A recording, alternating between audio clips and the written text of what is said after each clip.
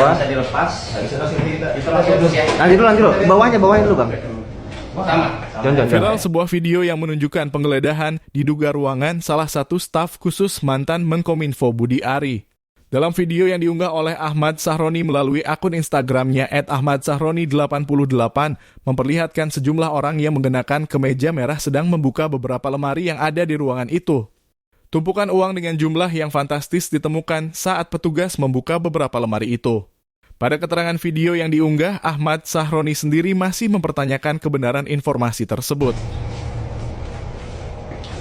Bawah. Bisa dilepas. Itu langsung terus ya. Nanti dulu, bawahnya dulu bang. Sama. John.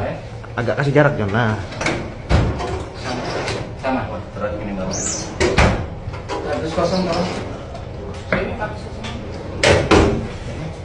Lagi. Sama. Buka aja semua dulu. Jadi kita cara bukanya begini.